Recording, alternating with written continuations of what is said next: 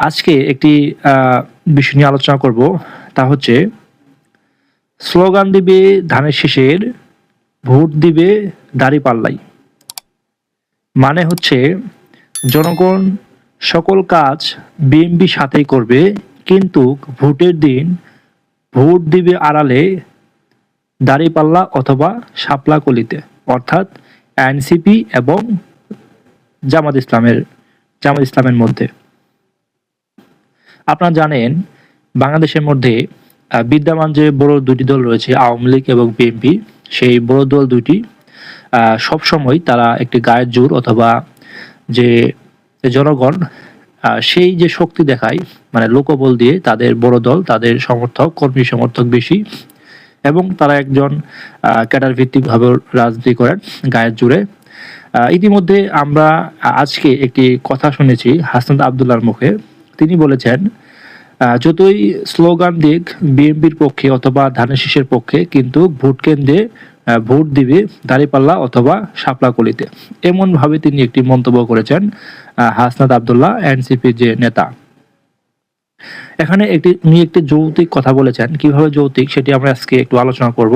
তা হচ্ছে আমরা দেখি গ্রাম অঞ্চলে অথবা শহরে জামাতের যে ভোটগুলো রয়েছে তারা গুপ্ত অবস্থায়, তারা প্রকাশ্যে ভোট কম চায়, এবং তারা বিভিন্ন দোকানপাট বা বিভিন্ন জায়গায় জামাতের যে দাঁড়িপাল্লা রয়েছে সেটি নিয়ে কিন্তু তর্ক বিতর্ক কম করে, এবং সাধারণ মানুষ যারা রয়েছে, যারা ইসলামী দল জামাত ইসলামকে পছন্দ করেন, কিন্তু বিএনপির ভয় অথবা আওয়ামী লীগের ভয়ে কিন্তু এতদিন তারা মুখোমুখি অথবা কারো কাছে এরকম গুণগান গায় না সবসময়, যে যদি তারা মারতে আসে এমন একটি ভয় থাকে তাদের ভিতরে, আতঙ্ক থাকে, তারা যেন অ্যাটাক করতে পারে। সেই ভয়ে কিন্তু জামাতের যে ভোটারগুলো রয়েছে তারা কিন্তু প্রকাশ্যে দিবালোকে কোনো কিছু বলে না, অর্থাৎ ভোটের যে আবহাওয়াটা, ভোট নিয়ে তার তর্ক বিতর্ক কম করে। এখানে আওয়ামী লীগ এবং বিএনপি যে রাজনৈতিক নেতাগুলো রয়েছে তারা আমরা দেখি সবসময় তারা মারামারি অথবা মারমুখ অবস্থায় থাকে।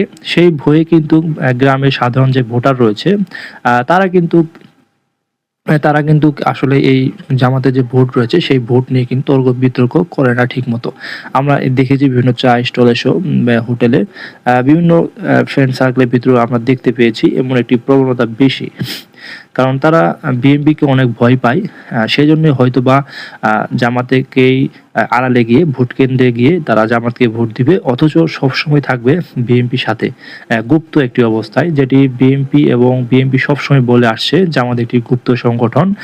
তাদের এই গত 2 দিন আগে হাসান আবদুল্লাহ যে বক্তব্য দিয়েছেন তাতে আরও পরিষ্কার হয়েছে জামাত একটি গুপ্ত সংগঠন। কেননা বিএনপির সাথে থাকবে, বিএনপির স্লোগান দেবে, বিএনপির মিছিলে যাবে, মিটিংয়ে যাবে, কিন্তু তারা গোপনে ভোট দিবে দাঁড়িপাল্লা অথবা শাপলাকলিতে, এমনটি তিনি মনে করছেন।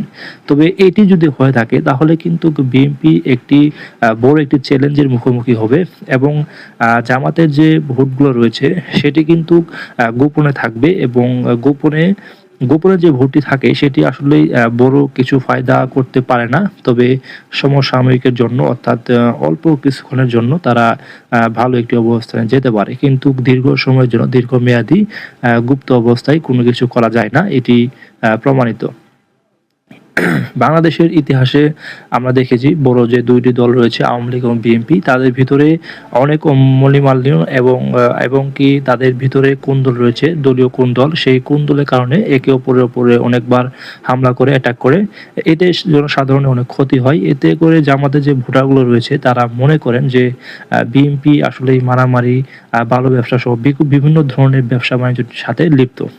সেজন্যই সাধারণ মানুষের প্রশ্ন, আমরা যদি তাদের বিরুদ্ধে প্রকাশ্যে যে আমাদের গুণগান গায় তাহলে হয়তো আমাদের উপর অ্যাটাক করবে, অথবা তার ক্ষমতায় গেলে আমাদেরকে দেখতে পাবে না, মামলা হামলা এবং ইসলামিক দল করার জন্য জামাত ইসলামীকে রাজাকার ট্যাগ দিয়ে তাদেরকে জেলে দেওয়া হবে, এমন আশঙ্কা করেন এবং ভয় করেন। সেই ভয় থেকে কিন্তু মূলত এই যে গুপ্তভাবে রয়েছে তারা, এবং গুপ্তভাবে ভোট কেন্দ্রে ভোট দিবেন, এটি একটি বিএনপির জন্য চ্যালেঞ্জ হবে। যদি তাই হয় তাহলে সামনে নির্বাচন বিএনপির জন্য একটি বিশাল বড় একটি চ্যালেঞ্জের মুখোমুখি হতে হবে।